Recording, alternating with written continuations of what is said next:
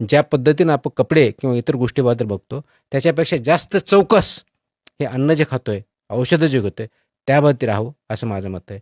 Last एक important issue जो मला वाटतो, ही AMR अँटी मायक्रोबायल रेझिस्टन्स जगामध्ये कदाचित इंडियामध्ये सर्वात जास्त आहे. त्याचं one of the major reason जर बघितलं, तर अँटिबायोटिक्सचा अतिवापर किंवा विदाऊट प्रिस्क्रिप्शन अँटिबायोटिक खरेदी करणं आणि त्याचा वापर करणं आणि ते पूर्णपणे डोस न घेता थोडं बरं वाटलं की सोडणं, याचा परिणाम आपल्या बॉडीमधले मायक्रोबायल रेझिस्टन्स वाढतंय. त्याचा खूप मोठा धोका म्हणजे भारत डॉक्टरांनी देशाला जर का आहे. प्रिस्क्राईब केलं असेल, की सपोज 3 दिवस तुम्हाला या मेडिसिन घ्यायच्या आहे, त्याचा हा 3 दिवस डोस पूर्ण करायचा आहे. आपल्याला एका दिवसात बरं वाटलं की आपण थांबून जातो. पण त्या अँटीबॉडीज पूर्णपणे तयार झालेल्या नसतात, आणखीन त्या पुढे कधीतरी त्रास देतात. एक्झॅक्टली.